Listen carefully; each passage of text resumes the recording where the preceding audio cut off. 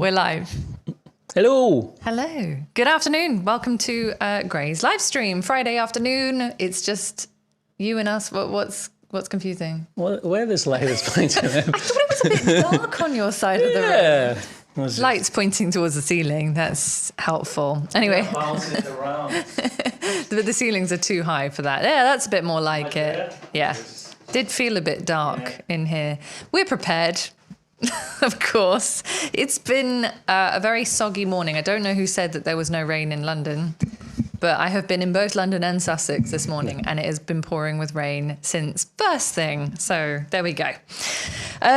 So we're going to answer some questions today. Yeah, sure. Because we had we had an interview last week. We had the challenge 2 weeks before that. So Matt Owen the week before that. Matt Owen before that. So we thought we're just going to chat with you guys and check what's up. Exactly. And then you can ask us questions, and if we can answer them, we definitely will. Yeah, we're not going to pop out and check anything for you. So we're going to sit and talk to you. We're not going outside. Whatever we know, whatever we can Google, we'll answer. Exactly. Randall is ready for a large mocha frappe, which sounds amazing. Hi, Randall. Randall asks, do you carry a camera with you all the time to capture the special moments? I'm in the habit now that I do. So what type of camera and what lens? Good question. Yes. What's your answer? Yeah, I do. So even let's say today, where I knew that normally I take a camera for a walk at lunchtime, to do some snaps, have some food, Nice. But today is the haircut day. Took me a while. It's a very good haircut. Look at this, beautiful. Yeah. So today I took my L35 with me. Right. A point and shoot, something that's pocketable. Just in case if I see some car crash or, the good stuff, The stuff you want to take pictures of. Exactly. But I always try to get a camera with me. Generally, at the moment is M4P. Nice. Starts with L and with Ica. So, Starts with L, ends with It's Ica. that Soviet dog that went to space brand, So, so this is my current one. But we because we film lots of videos and we try different cameras, we have different cameras with us at all the time. For example, today, some goodies to show you. we've got some Mamma Mia Day, and we've got some beautiful Mamiya 645 1000S. Now, this one was the first medium format camera that I've ever tried. So I don't know if you've seen my website, but there's some photo shoot from 20 years ago in Dumbo, New York, which looks very different now, of a model. So that was taken with this setup. So 80mm, 645, beautiful camera. Can't buy this one, no money. But no, this has come into Gray's because sometimes we get large bundles of equipment and a person says, oh, I've also got some non-Nikon stuff. Could you find a home for it? So we sell it on. This is the other Mamiya. I love this. Yeah, that's a TLR. I mean, it's not a Rolleiflex, but have you ever shot with TLR? I have, yes and no. I feel like I have a TLR, but it's an Instax TLR. Is this one of the Mint ones? Yeah. Okay. So it's a Mint camera, which are a Japanese company that have essentially remade some of the old Polaroid cameras. They've also made a TLR style camera. So I've got that one. It's the only Instax camera I have. I had another Instax a while back. And Instaxes are kind of quirky and a bit silly, but there's something nice about having the TLR. I was playing with that the other day. Those bellows were closed for quite a while. You could hear them sounding. Yeah. I've never tried it. But looking through, there's something quite magical about looking down on the image and seeing everything come. I know it's all the rage on Instagram nowadays. They remove the prisms from the 35mm cameras and pretending to shoot this way. They do. But this is my Mamiya C330, and this is quite a chunky camera. I know that Rolleiflex is generally smaller. Yeah. What other TLR brands do you know? I actually don't know much. I was never into TLRs myself. Well, at one point there were TLRs for every letter of the alphabet, almost. Yeah. There's people. I mean, we're talking sort of pre-1950s and SLR evolution. We had loaned to us to have a look at the Aries Flex. Do you remember that one? Yes, that was fun. Beautiful camera. That had a Nikon lens on it. But there's a lot. I'm sure that some of our viewers probably have also used TLRs or have them lurking in the cupboard somewhere. Randall says ZFC with 26 2.8 pancake for starters. That's a great choice. Which is really, really nice choice for walking around. Paul has an Olympus Tough TG6. That's a point and shoot. As a pocket camera. Yeah. Don goes all in. He goes Z6 II with 24-120 always. It's reasonable. It's not too big and too heavy. I guess if it's one lens on the camera, yeah, it's possible. Yeah, exactly. So those are just what a few people are carrying around. Obviously, we didn't address the elephant in the room that Nikon brought out a firmware update for the Z6 II and Z7 II the day after our podcast came out. Yeah, so we will talk about it on the next podcast. We will. Yeah, so we will address all that. Yeah, stuff. all the newsy beats. We have the show for that. Now we want to talk to you. Yes. I want to hear your opinions, your voice. Tell us and ask us questions. As Fred said, don't forget to hit the like button. Please do. I will also do some Coffee Fund thanks while we're here to Jeremy, to Marvel. Thank you very much. And to Jean. Yeah, and we said thank you to Randall as well. Did we? I didn't see Randall's. My chat's refreshed already, but thank you. Thank you, Randall, if you did a compliment. I don't know if you did, but anyway, thank you very much. Quite a lot of people are suffering from the rain. I know, we had a month without the rain. I know, now we're sort of like, We live in England again. Marvel sent a pic to media just now looking for some advice. So you'll probably have that. Yeah, shall we do it? Yeah. We haven't had a huge number of our photography challenge submissions this time. We've had less at this point than we have in previous challenges. So if you've got travel plans in the next couple of weeks, or if you have been traveling and you've taken some photos, please send us one for the photography challenge, because we do want to do that in a couple of weeks. Yeah, I mean, I took a trip this morning to work and, I took a camera with me. I might submit an image. Yeah? Yeah. Yeah, you were traveling, exactly. So I don't see any email as of yet. Okay. So maybe it's still with the postman. Or it's that, or if the image is too big. This is the problem with sending images to us. If they're over 10 megabytes, they just won't go anywhere. Exactly. We'll get it back in a few days saying we couldn't deliver it. So if you do have any images you want to submit, whether it's for technical help or something else, then make sure they're under 10 megabytes. We are buffering a little bit because the internet cannot cope with the rain. Exactly. We're in England after all. Ian said, what's the next bit of kit you're going to buy? I just spent too much money right now. Just bought so much equipment. So I've just got Fuji GW690 Mark III. Some of you who follow us on Instagram, you probably saw that. So that one is a Texas Leica. So I just need to move to Texas and buy a cowboy hat. That's right.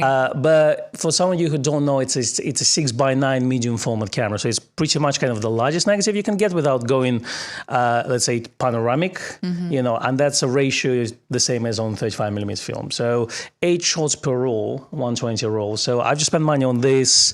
Pentax 6.7 as well. I just recently got. That's right. Not from Becky. No, I still have mine. Yeah. I shot with mine a roll full. In fact, my 11-year-old, I went to both my sons graduated from their respective schools this morning. So that was where I was getting soaked outside.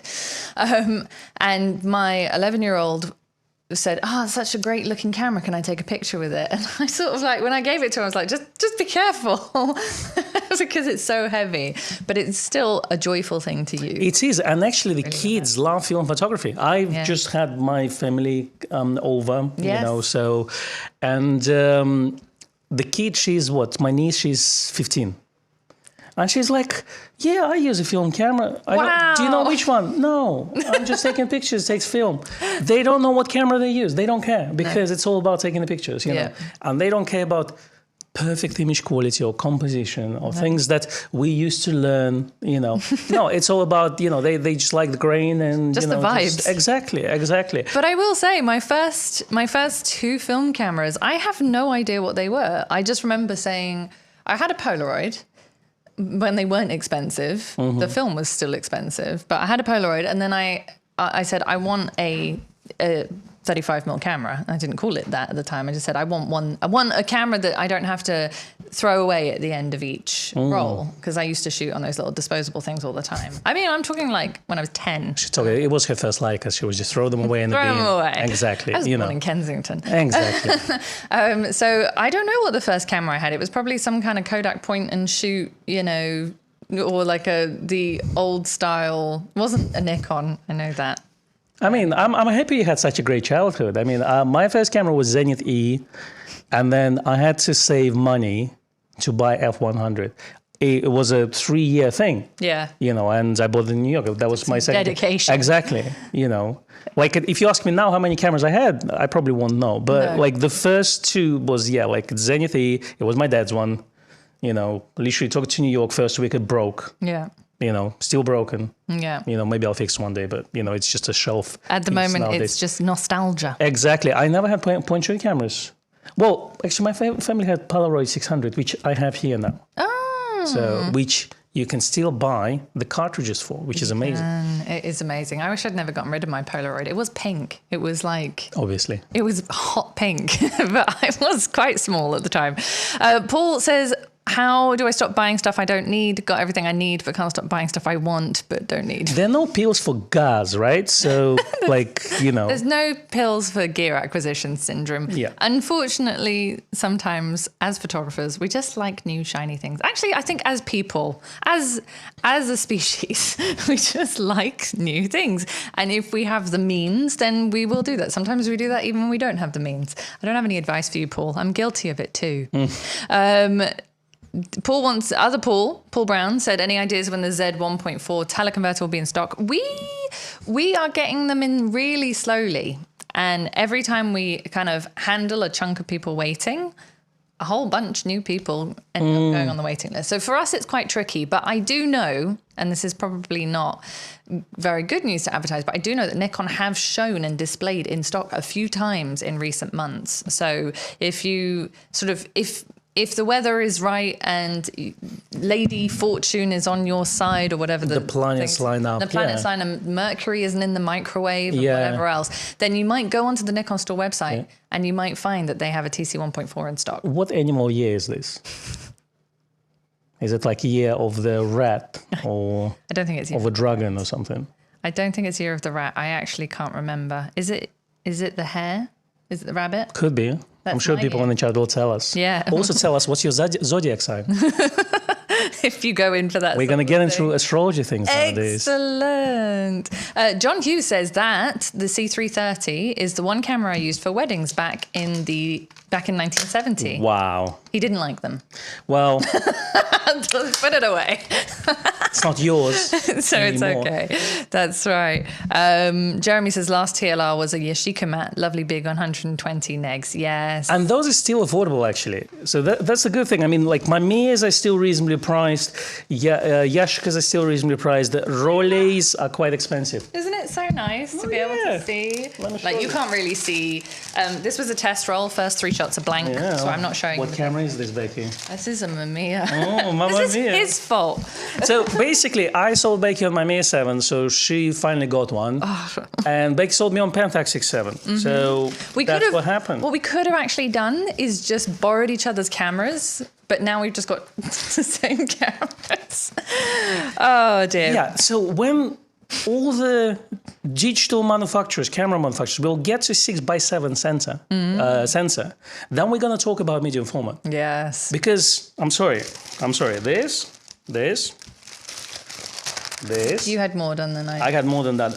You know, you're not going to get, like, full frame is great. But you're not going to get those beautiful. When we get digital files this big, you know, then count me in, you know, so... I'm not a snob. I won't be able to afford it probably for generations. But no, every so often. Yeah, this is what I'm personally looking forward to. So Jeff says that Mamiya C330 was the camera I used back in the 1980s for all my magazine work. Superb quality camera. I would really, if we can, I'd like to try it before we pass it along to its new home. Well, why won't you borrow this one for weekend? I'll take the Mamiya 1000 and then we swap and then we sell them. Yeah, whoever. That could work. If you're looking for one of these, we don't sell them through Grace. What I was showing is this is 6x9 negative, and probably it won't be well captured on the camera. No. But those are big files. They are big. Files. Files. Files. Analog files. David says the 28 Ti is always on my hip, which is a beautiful little camera. We actually have, so I did a vlog on the 28 Ti a while back, and then Con's done one on the 35 Ti. He's had it for a really long time, so finally the video is going to go out. Not this weekend, but next week. 2 rows later. I have to say, I love the shots that you took on that. Thank you. While I was editing it, I was like, these shots are so good. They're all right. He can take some pictures. Take pictures, you know. Not all the time, but, on a good day. Roy said there's a big hole in YouTube without Chuck from AP Studios. We got a call this morning from someone, Ray, I think, said that Chuck has unfortunately fallen ill. So, Chuck, please get well soon. I'm not sure if you're in the position to be able to even watch YouTube at the moment, but I hope that whatever it is, our thoughts are with you, and I hope that you do get well very, very soon. Exactly. Stay strong, and we miss you. Yeah, exactly. Now we can thank Randall for his contribution to the Coffee Fund. Thank you, Randall. We hadn't when we thanked him. Well, it's preemptive. It's like you guys were buffering. It's like, yeah. I was in the future for about like a minute or so. That's what it is. Anthony wants to know what the email address for image submissions is. It's media@graysofwestminster.co.uk. I'm going to say that in my best RP. media@graysofwestminster.co.uk. There you go.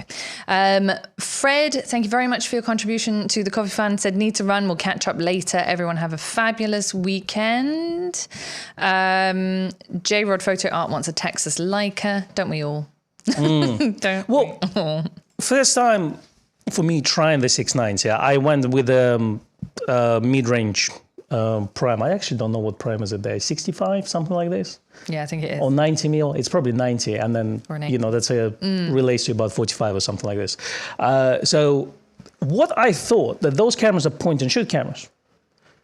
They're fully manual and they're fully mechanical. No point in shooting. No batteries needed, which is incredible. Cool. Because you look at Pentax 6.7, you look at my Mia 7, and they're all electronic. So there is a possibility that they may break, and then the electronics won't be able to, we won't be able to replace them. Which I think that we need to get people in trying to somehow rebuild those electronics. I mean, we don't need to have the same, but we now have those program boards that you can reprogram. It's called FPGA, Arduino, or something like this. So you put this board in, and then you basically program it the way you want to behave it. So I think if someone can do that, and we can then replace the parts in our beloved cameras, that would be amazing. But the 690 is fully mechanical, which means there's very little to break in there. Yeah.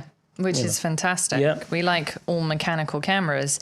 As Sam said, find your inner child, shoot film. Yeah, if you can, I recommend it, even if it's just to have a go. If you haven't done it in a while. It's fun. Quite therapeutic. Nigel still got his GSW 690-3. Nice. Lovely camera. Ado asks a question. Says, Sony just released their new DX camera. We did see that. When can we expect one from Nikon? I plan to give my Z50 to my daughter on her upcoming birthday, and I was wondering how long I have to wait for the upgrade. Depends on when her birthday is. Yeah, we had a good discussion about the whole DX system very recently on the podcast. So the answer is our wishful thinking is going to happen as soon as.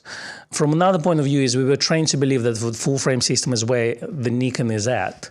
So the time will tell us. But at this moment, we don't have any rumors at all of any DX camera showing up anytime soon. So it seems like everyone is believing that the next camera that's coming in is a full-frame ZF, basically, a retro camera. Yeah, which I find an odd decision. But if I were to place bets with absolutely no stakes whatsoever, I would just say my thinking is that maybe it will be September.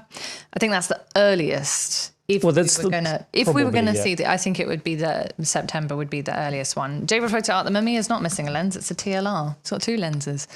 It's not only missing it; it's got an extra one. It's got an extra one just for you. Thank you to Paul for your contribution to the Coffee Fund. He says the perfect weather to sit inside with a coffee. Totally agree. Yeah, and we also need to thank Peter, who said, just received my Z100-400 lens, ordered on 10th of July.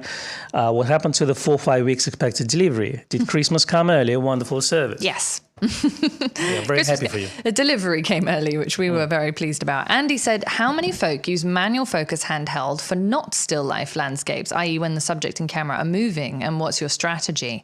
So this is going to be interesting for some people who are shooting manual focus. I mean, I don't know how many people are shooting manual focus for wildlife now when you've got the autofocus systems that we have. Yeah, I think it's different approaches. I wouldn't buy a manual focus camera. I mean, we shoot manual focus basically on film photography. It's just 100% manual focus nowadays. And in terms of this, we won't shoot wildlife with it. We won't shoot probably wildlife on film either. So there are certain subjects that you're just gonna, it makes more sense to shoot digitally. Yeah. Yeah. Yeah, exactly. And if you're going to shoot digitally, it makes more sense to shoot autofocus. But I would be interested to know if anyone does shoot moving subjects with manual focus. Yeah, I've got the 90mm on the 690 Fujifilm. Yeah, that's the one. Okay. I actually had the choice of the wide angle one, but I just don't shoot wide angle as much. No. Yeah. No, exactly. So Andy says zone focusing is what I call it. That's in response to Ray. Ray was who gave us a call. Andy, he says, Andy, try to focus on the area you think the object will be and let it come into the aim point. Yes, zone focusing, essentially. So you kind of set up an area in which you think the subject is going to fall, and then you just essentially are hitting the shutter button as soon as the subject lands there. But it can be quite hit and miss. So I wouldn't say that that's an infallible system, but it is probably the best way to do it.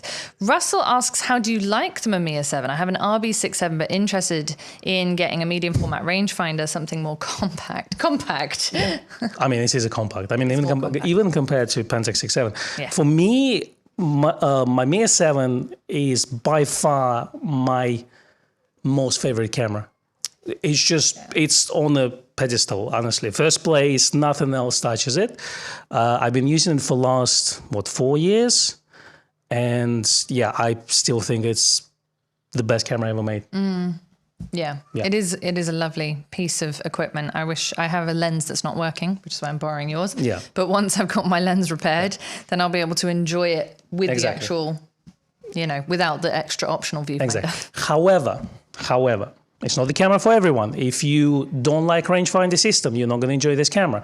Your RB67 is full manual, beautiful studio portrait camera, product photography camera, but it is a bit chunky for location shoots. I mean, unless you don't mind to carry a bulk. So if you're a landscape shooter, you will definitely benefit from my Mamiya 7. That's what I normally do with it. Kind of, what I call shoot reality. I hate pretty pictures. I'm sorry. We in the age of Instagram where everything's perfect, I don't like this. So I actually like my photographs to have some decay, to have some cables in them, because that's the real world. That's for me. So this is perfect camera for this. But if you do mostly portraiture, then you will find that's obviously, focusing at, I think 80mm focusing at about 1 meter, or maybe 70. I know Leica's lens say about 70 centimeters, but I think my 81 is about 1 meter, and that's not great for portraiture. You can get 150mm lens for it, but then effectively, because you're so long, you need to get an external viewfinder. So you focus through the patch. Then you look at the external viewfinder for framing. So it's really kind of takes too long for actual portrait shots. So something like RB67 or RZ67 would be a better choice, or Pentax 67, which is maybe a little bit more handholdable just because of the SLR factor. Yeah. I think that's definitely easier to focus for portraiture as well. Obviously, it's a chunky thing. It's not that easy to balance. And on the second version, as you were noticing, where you hold it, you can accidentally push the mirror lock up. Yeah. I've actually put the black tape on it. Oh, well done. So, yeah. You just need the handle. Yeah. Then you'll be fine. Okay. And then there was another question that I was supposed to answer. Oh, here we go. Matt says, any recommendations for a shoulder camera bag that doesn't look like a camera bag to fit Z6II, 24-120 and 40mm? I'd like one for city breaks. I mean, Billingham, obviously, if people know what Billingham bags are, then they'll think, oh, maybe you've got a camera in there. But they are also, people who don't know, if you know what I mean. They look like very nice, generic shoulder bags, and they are completely water resistant, which is fantastic.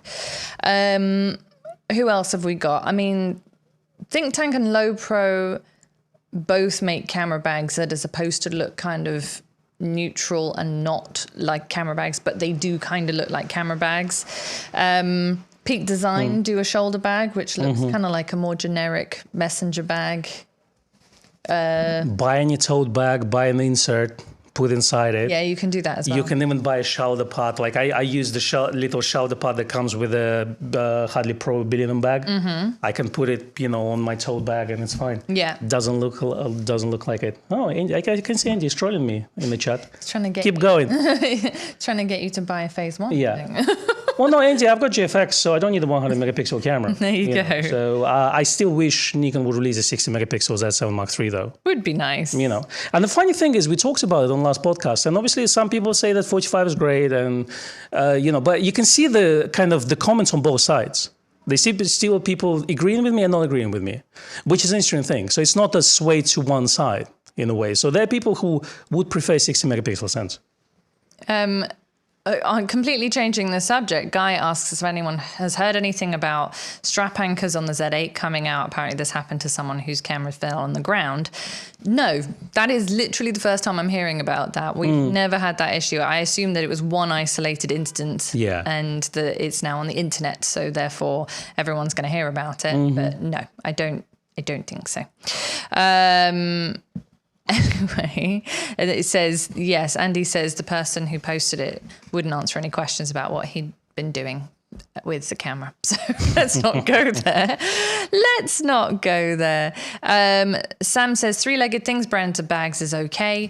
Those are called Toxic. They make Toxic backpacks. I'm not sure if they make shoulder bags. I assume they do as well. Is Toxic name maybe too toxic? It's a strange. It's like a Corona beer around 2020. Yeah, Corona had been around a long time before Corona. Anyway, so yes, I think regular bags and buying inserts is actually a really good plan if you don't want it to look like a camera bag. If you need all that extra kind of padding, then you can't really avoid having a proper camera bag, I think, because an insert is okay for something. Yeah, but it depends how much you carry. Yeah, if you do carry a lot of equipment, then definitely, get a proper camera bag. But if you carry one camera and a lens, then yeah, you can get away with maybe just have a kind of neoprene case wrapping around, and then you can just remove it and take some shots and put it back in your backpack. So, different choices. Yeah, exactly. Quite a few people saying buy a regular bag and put an insert, which I think is actually a really, really smart idea. Well, Andy, if Nikon can release an 80 megapixel sense camera, Nikon feel free to do so. Exactly. Don't worry about me. Don't worry about Kon. He's got enough cameras now. Exactly. But I do appreciate it, though. Yeah, it's nice. Thaddeus wants to know which Nikon D or G lenses are worth retaining if buying a Z8, for example, or a Z camera. So this is a good question. I've had this conversation quite a lot recently, actually. Like I've got a couple of photographers who own or a lot of the 1.4G primes, which we don't have in Z. We have 1.8s and we've got 1.2s, which is, arguably 1.8s are supposed to be similar quality to the 1.4s, but whatever. Everybody has their own opinions and thoughts on that. I always say if you've got a 105 1.4E, hang on to it. There isn't a Z replacement. 28 and 58 1.4s, I'm also a huge fan of. And there aren't really direct replacements of those in the Z lineup. So those three. At the moment, I would say if you've got 200 to 500, hang on to it, because the 180 to 600 is going to be a while before we see stock of those. So I wouldn't get rid of that one.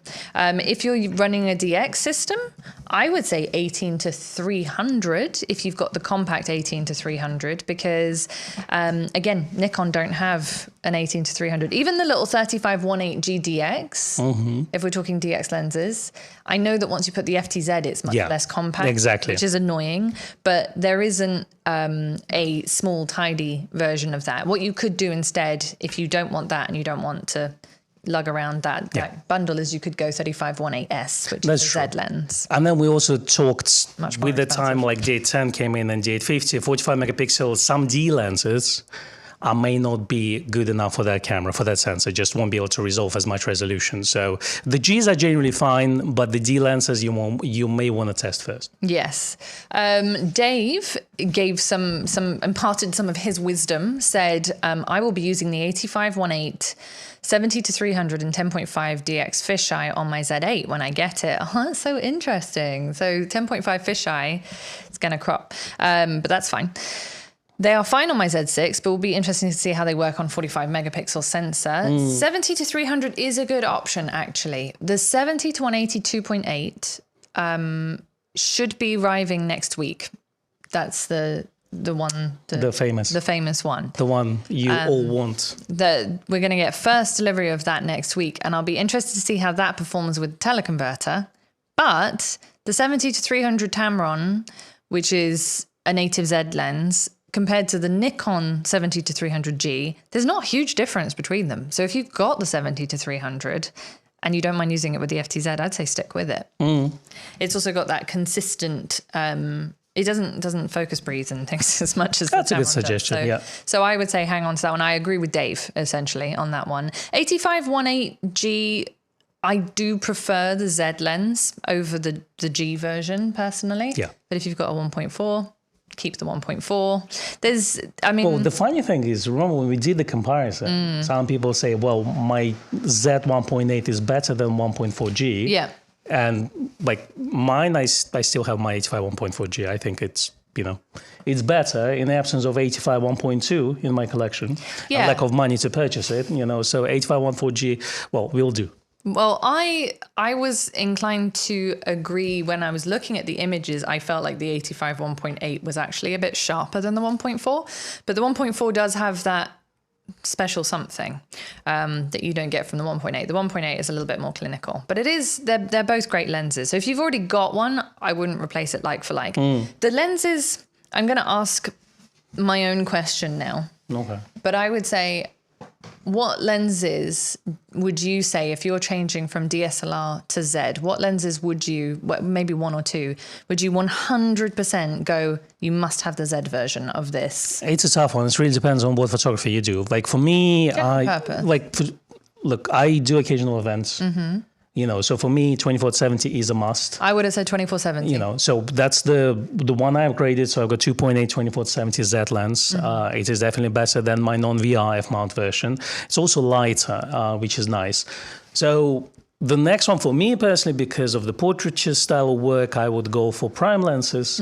But realistically speaking, well, the 24-70 2.8 is the only Z lens I have. No, I have 51.8S. So, so that's pretty much it. Okay. But I do have my 85-14G.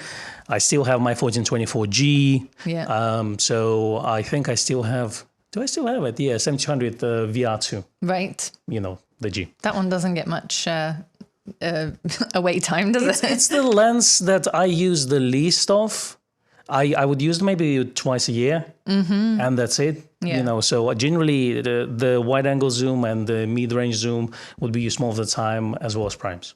Just make sure that you use it. If you've got old lenses kicking around, do use them. Yeah. Because the biggest, I think, heartbreak is when you dig them out of the cupboard and the AFS motor is gone or the VR's motor's gone because it's all dried up inside because it hasn't been used, or it squeaks because that's the other sort of the swan song of the AFS motor. So do use those lenses. If you're not planning to use them, then pass them along as soon as you can. Yeah, and Russell says that 24-120 is pretty great too. I absolutely agree. Yeah. Again, when you bind those lenses, you just decide you need a longer range and you don't mind the 4, or you need the 2.8 and you don't mind shorter range. So really depends on your use. So for events, I would go for 24-70 2.8, but if I would use it for travel mostly, then 24-120 is just a great range to shoot with. Exactly. Russell also says, I only have 10 cameras, clearly nowhere near the too many mark I've seen in some of y'all's camera shelves. Yes, you should see what our second-hand department looks right now. Oh yeah. Yeah. Bring your sleeping bag. Yeah, it's there's a lot of cameras. That was all one collection. So we have seen some bigger collections than even we ourselves own, understandably. Damon would, great name, says, I'm dying for a 300 f2S lens. F4 is too slow for sports, evening wildlife or sunsets, blue-hour photography. Also not ideal for portraits. What do you think, 300 f2 or 200 f2? What do you think they're going to do? I just throw a figure. Not at the moment. No, I know. I think, but I'm definitely eager to see what they're going to put on their roadmap next. By the way, we have Matt Irvin in the house. Hello, Matt. Hello, Matt. Hi. And we have to say thank you to Chris Angel for your contributions. Thank you very much, Chris. Very much appreciated. Ogun says, I want a 500mm f1.2. So there you go. Yeah. Thaddeus said, could you test the 70 to 180 against the older version? Believe me, Thaddeus, I'm going to be testing that lens. And I'm going to be there with you. He's going to be present. It's going to be one of those videos where Con is behind the camera all the time and I'm taking the pictures and talking too much. It's going to be like the 35 Ti video where you just have like one sentence. Right at the end. Yeah. Thank you very much for watching. I was here as well. Yeah. I filmed it. So it will be just like that, I'm sure. No, I will let you try it and then you can say your piece. Thank you, Becky. You're welcome. Clyde is waiting for Nikon to make an update to the Z50, like a Mark II, either with 24 megapixels or higher. He said, of course, I don't know what will happen, though. None of us do, Clyde. None of us do. I think a Z50 Mark II would be a really good idea. But even more than that, I'd like a Z90. That would be... I think that would please a lot of people. I think so. That's for sure. And even people who are not really DX supporters, those guys who like to shoot with the long lenses, they would probably like to have a nice extra 1.5 teleconverter built in onto the sensor effectively, via DX crop. Yeah, exactly. Nicholas said, I adapted the Yashica 50mm f1.9 on my Z6 II that I got for basically nothing, and I have been having a blast with it. I love that kind of like thinking outside the box, adapting, changing lenses to fit different sensors and seeing what happens, having fun with it. You can get some really amazing and unexpected results. Yeah. I mean, like I'm having a lot of fun using the L-mount, Leica mount lenses, void lenses mostly, on Z6. Yeah. Via adapter. And it's fun. It keeps it small. Mm-hmm. As long as you don't mind manual focus, it's absolutely great. Yeah, and you got focus peaking and your depth of field to help you out. So apparently, very keen photographers who really dig Nikon Z cameras. Yes. And want to use Leica lenses on them. Apparently, you can send it off to a company somewhere. They will somehow, it's not a new sensor, but something, they remove some sort of filter from the sensor, and then you basically get a perfect match similar to Leica on your Z body. So, and it's obviously saves you a few bucks. And if you don't like a rangefinder, it's also a good thing. So instead of buying a Leica, you can get the Leica. Yeah, I'm sure people in the comment know what I'm talking about. So, wow. That is new to me, actually. I've not heard that before. Jay says, completely different topic. Thanks for changing the topic. Jay says, received the latest Nikon Owner magazine during the week. It is wonderful in every way. Thanks to Becky and all others who write content and produce the magazine. You're very welcome. I'm delighted that you've received it. I am just about to proof some of the next issue. Gray and Gillian and everyone else has been working very, very hard on the next issue. If you're not a subscriber, please do be a subscriber. The link to subscribe is in the description box below, hopefully, if we copied and pasted it from last week. Yes, we did. Well, it wasn't from last week, actually. Or the week before. No, it was from 2 weeks ago. Yeah. Because the other 2 weeks had the interviews and all this and challenges. That's right. So from a few weeks ago. Yeah. Anyway, it's there. So please do. We appreciate it. Keeps the magazine going. And we enjoy producing this content for you very much. Dave says, I'll replace the 70 to 300G when there's a genuine Nik or Z replacement. Fair enough. Yeah. When do you think is going to happen?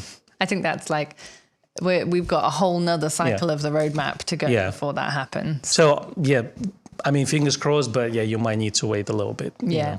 Which is a shame, really. It is a shame. It's a real shame. A few people were also saying 105 macro, and then my chat just updated, so I can't tell you who said that, but 105 macro is definitely a lens worth having. When I changed from F mount to Z mount, I went down both macros, 50, 105. 35 because that's a lens that I use a lot, and 24-70. So those are my Z lenses. I mean, if you look at our macro challenge, which when was it? About 2-3 weeks ago, we did a showcase of all the photographs that you've submitted to us, and the 105Z lens by far was the most used lens among our photographers. And the results were phenomenal. So absolutely, definitely go check that out if you haven't already. Okay, so then, now that my chat's updated, I've lost track of where I was. So if you are asking a question, please don't forget to put QQQ in the front because it makes it much easier to see. Otherwise, I end up just reading all the little bits and bobs and not actually finding the questions, which I cannot find now. Okay, so Jeremy says Nikon owner is brilliant. Thank you. I'm very, very glad. And Christian says, I have a Leica SL601 just for adapting M lenses. Perfect EVF and sensor for that. Not that expensive anymore. Yeah, like Gray mentioned it today. Because we had a chat about Leica R6. That's the SLR film range of Leicas. And Gray mentioned that he used one of those. Because I didn't know that those existed. I thought, like, you know, they have Leica SL now, which they're mirrorless. Leica. It's not a rangefinder. It's the actual, like, kind of a Z equivalent, Leica, you know, so with the built-in viewfinder and all that. So I thought it was one of those, but apparently they had a range of the old film cameras. I didn't actually know that. Yeah. I did not know. Well, there you go. I want to try one of the earlier Leicas, you know, what they call Barnack Leicas, you know, pre-M3. You know, well, technically M2, but M2 came out after M3, so, you know, but the pre-M3, the kind of the classic design. Just for fun. Okay. You know. Just, you know, for the hell of it. Okay. Yeah. Excellent. Well, if one comes our way before we pass it along to someone else, exactly, then we can always test it out. I mean, one of the benefits of working in a camera shop that we do get access to a lot of little things, which is amazing. It is. You know? It is exactly. It's a lot of hard work, but it is nice when things come through your hands. Then you can try them out. It's great if you're a photographer. Can also mean that you spend a lot of money on camera equipment. Yeah, and the thing about this as well is when we share our opinions about things, it just comes from because we kind of tend to touch every single thing that comes out. So we kind of, you know, we create an opinion based on all sorts of things, you know, so you may like it, you may not, but because we have access to this equipment, we share our findings with you. We do, with candid frankness, and we tell you exactly what we think. And quite often, we like the things that we use, so usually our reviews are quite good. Dick Bill says, are you guys able to repair a Tamron 2470? We don't do any repairs here, actually, and it's an interesting question because maybe it will help some of you, at least UK-based folk, who are looking for repairs of things. There's Fixation, who do all of Nikon and I believe Canon's licensed repairs. They've always done that, but now they are sort of like the hub for Nikon repairs in the UK. And then we've got, for older equipment, there's a few places. We've got like PJ camera repairs. PJ cameras, obviously in London, there's Sandine, they're quite expensive. Yeah. There's a guy who just repairs point and shoot cameras, but also some other rare stuff called PPP camera repairs. His name is Pierre. He's on Instagram, you can find him, great guy. Yeah, obviously we've got places like Fixation in London that do those repairs for us, so yeah. Yeah, so there's a few options there. I don't know if anyone specifically does Tamron, but I would check with Fixation as a first port of call. And if Fixation don't do it, they will probably be able to tell you who does. Yeah, so Matt Irvin is asking, when do you think 35 1.2 is coming? I can't wait. Well, Matt, I think you know better than us. You probably know more than us. You probably have it in your possession. He's like, when do you think? Nudge, nudge, wink, wink, here it is. And if you do, you know my number. That's right. Love to try that one out. I think that all of the lenses that we have on the roadmap still left, which is not that many now, we'll see them before the end of this financial year, certainly. So I think we'll probably see them. The 35 1.2 might be the next one, actually. Yeah, that's on your bucket list, right? Yeah, I'm not going to be able to buy it, but I'd like to use it. Can we get an Amazon Prime Day or something deal? Yeah, that's what I need, is an Amazon Prime Day deal. What did you buy on Amazon Prime Day? I bought a new coffee machine, new French press, because my husband broke mine. Yeah, it was a Prime Day deal. It was on a Prime Day deal. Yeah, we are plugging Amazon. I just wanted Jeff Bezos to send me a fat check. Honestly, I bought a board game. Oh, did you? Yeah, £16 and 22. I also bought a game, but it wasn't a board game. What board game did you buy? I don't know. Oh. It was good for 2 people. So me and my wife, we can play. Because normally board games, they start at 3 people plus. That's right. So it's not fun to play with 2 people. And obviously Tilly can't join us. No. I mean, she can chew the cards, but you know. No, I was going to say, are there any dog-friendly board games? Well, they come with treats. You know, so I bought one of those and that's pretty much it. So all money is tied up in medium format equipment. Yeah, exactly. Well, at least you got to take advantage of it, I will say. So Andy said, is there any recent news on the Sigma-Nikon alliance? Some expect the Nikon Z 135 1.8 will be based on the Sigma Art. I mean, I don't know if that's necessarily true, but I don't know who the some people who expect that is. Well, I heard something I can't share. Heard something you can't share. It's true. I can't share. You can't. It's true that you can't share it. Yeah. Okay.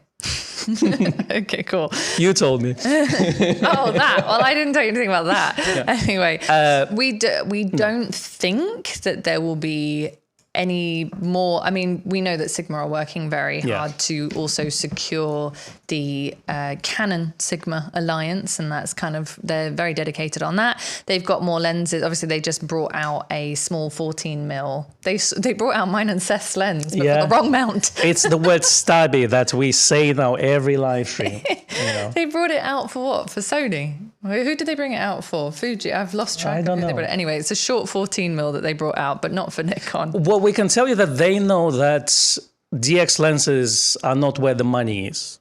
Like they know, they clearly know that they can release bunch of prime, bunch of art lenses, bunch of 2.8 full frame zooms. They know about this. Yes. But they know about this, but can't say anything else. That's kind of the answer we got. So it's a non-answer. They're not committed. They said, we know, yes, we know. Yeah. We can't promise anything. Yeah. Matt says, how much do you think it might be, the 35 1.2? Sounds expensive. Yeah. I mean, I don't mind 1.8. Yeah, 135 1.8. What Sigma? No, I think he means the 35 1.2. 35 1.2. I mean, if we look at the 85 and the 50 as examples, it's going to be hitting $3,000, isn't it? Yeah, exactly. It's going to be that same price point, I think so. Champagne Sumo wants to know if anyone sent their Z8 for service and how long does it take? It takes about 12 days start to finish. Yeah, but then you're right. But then the people in the comments said it took a little bit longer. So really? Yeah, so that's what people put in the comments, their experiences. Okay, well, the 2 people that I have spoken to in the last week that sent their cameras off from the UK, it took them 12 days start to finish. Actually, one was 11, one was 12. So, fine. Are we going to send out ours on Monday? I don't want to, but you can. If you I want to I want us to record the video of us actually sending the camera out and then receiving it, just documents and just like a vlog thing. But at the same time, we like to use the camera. So we really don't want to be without it. So we kind of contemplate. So we might do it, or maybe we'll leave it for another week. Yes, we'll see how we do and what our plans are, because we've got a few videos in the works and it would be a shame to not have the Z8 for that, so we'll see. Colin wants to know if there's a date for the 180 to 600 yet. No, not an official date. We do know that demand is going to be higher than supply. Might be a delay. Nothing official, but we do think that it's going to be, rather than, I mean, we were originally told sort of mid-August. That was it was August 2023 was actually what the announcement said. But I was saying from the beginning, like, maybe you should be thinking September just to be on the safe side. Just knowing how many people have pre-ordered that lens, I think it's going to be a bit of a wait. Keith says Fixation have a branch in Manchester. That's right. Fixation's owned by Wex now. So if you've got a Wex, then they might have a link to Fixation as well. And Roger, I wanted to ask you, I don't know if you know, Roger asked, he's a Z7 II user, what EVF confirmation is available to show an image has been captured when using silent mode? I avoid silent mode because it's difficult to tell. I understand Z8, Z9 have confirmation. Yeah, they have this like little, almost like a little white bracket thing when you take the shot. I wondered if the Z7 II, they added that in the firmware update. I don't know. I guess we need to update the firmware and find out. Because there are a few, they're really just sort of user interface display options that have been added in the firmware. And I don't know if that's one of them, Roger. I mean, you can probably go through the log as well, the update log on the Nikon website. We haven't seen it yet. Yeah. So we normally prepare for that for the new show. So yeah. We do. John Hughes reckons the 35 1.2 is going to be 2,600. Andy reckons 2.5K. Taking bets. Between 2.5 and 3, perhaps? I think, yeah. I mean, it's a wider lens. So usually the wider and the longer lenses tend to be more, and the ones in the middle tend to be less. So. Okay, well, does anyone think it's going to be between 2 and 2.5 as well? I'd love it if it were 1,999. Still couldn't buy it, but but it would be more obtainable. So we shall see. Only time will tell. John said here in Malaysia, 1 day to fix the Z8. Good. 1 day. Good. So I guess if you don't mind to wait. But that's what Tom said as well. Tom Hogan said that if you live close by to Nikon USA, if you don't mind to wait, then normally you bring it in the morning and you can pick it up in the evening, basically. So, yeah. Yeah. Mads T also said Z8 fix took about 2 hours at my local Nikon pusher. So there you go. Here you go. I would just get in touch. James says mine took 12 days. I was thinking of you, James. And that was including dropping it at a collection point rather than waiting for them to come and pick it up from you.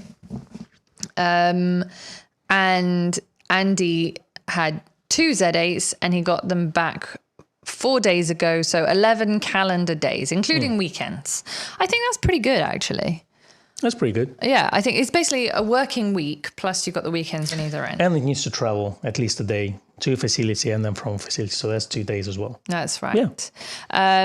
Wim asks, any lens suggestions in the 400 range for my D7500? Good question. So depends a lot on your budget and also the size of the lens that you want to carry and whether or not you want to have a zoom or a prime, because you can do it a few ways. You could go 300 f4 with a teleconverter. That's small and light, not cheap, but small and light.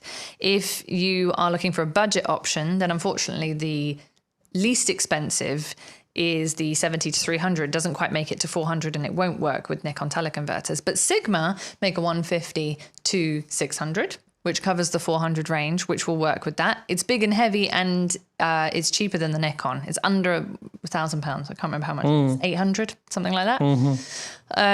So there's a few options there. Otherwise, there's no sort of 400 prime that is not expensive, unfortunately. 400 seems to be the one where the prices are very high. We're talking like 10K. So I would say 70 to 300 if you can live with 300 and then just crop. Sigma 150 to 600 if you don't mind the weight and the heaviness of it. And then otherwise 300 f4 PF with the teleconverter. 200 to 500 Nikon as well, 5.6? Yeah, in terms of cost, it's not far off the 150 to 600. It's a bit more expensive. Will work with teleconverters, but another big and heavy lens as well. And if you want to see a comparison between Sigma and the Nikon one, we have a video for it. We do. Yeah. We have a video for that.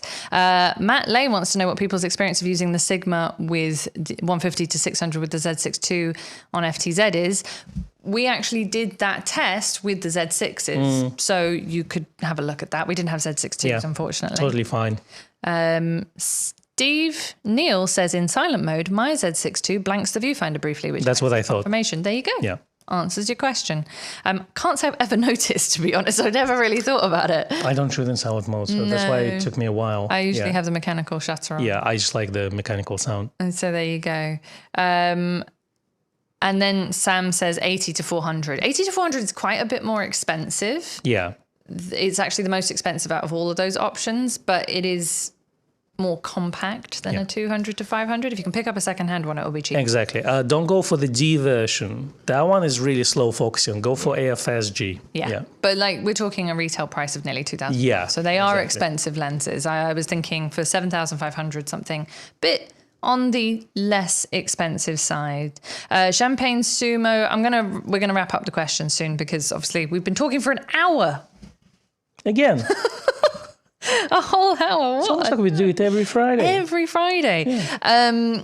So, Champagne Sumo said, do you have F-mount lens recommendations for general purpose? We talking DX or FX? Because there are different options. I always loved the 24-120 f4. You didn't like that lens, but I really liked it. Not the G version. Not the G version, but I used it for years on my D700.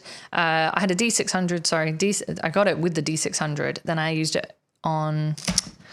No, I got it with the D700, used it with the D600, and then went to the D750 and the D850. So the lens lasted me 4 cameras. Those were sad years.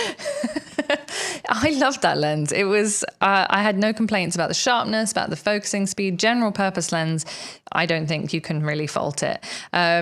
If you want a prime for general purpose, then it kind of depends on what your preferred field of view is. I always went 35. I think you often went like 50, 50, and What for an F mount sort of standard.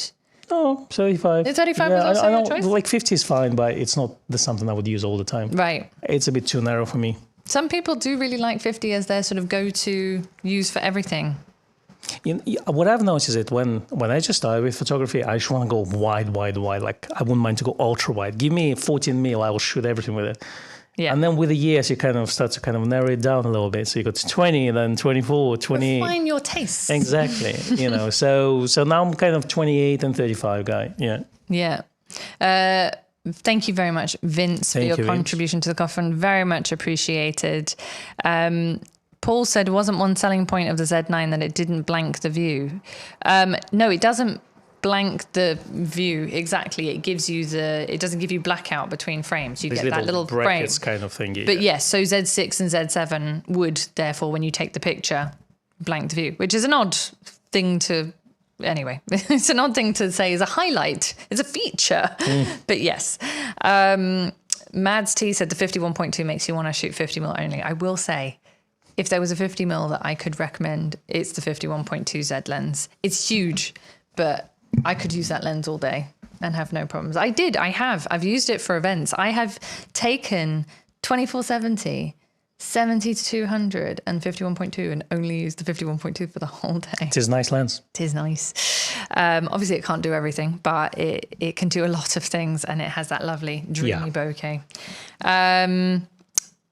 Great. Yeah, shall we? I think that's it. Yeah. So please do send your travel images to us for the travel photography challenge. The ultimate showdown. We are going to end it off. We're going to end the challenge, whatever the closest last Friday of the week is, of the month is, which I don't actually know. Looks like it will be the 28th of July. Okay, great. So in 2 weeks. You've got 2 more Fridays to go.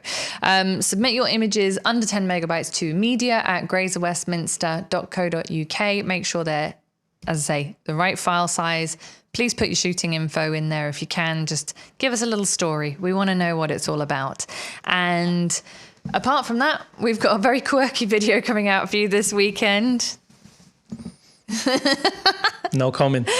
Oh dear. And we filmed it a long, long time ago, and it's the one from the archives. It is. It's finally coming out. And then we'll see you for a live stream again next week, podcast next week. Yeah, thank you very much, everyone. Have a great weekend. Thank you for all your questions, all your coffee fund contributions, and have a lovely weekend.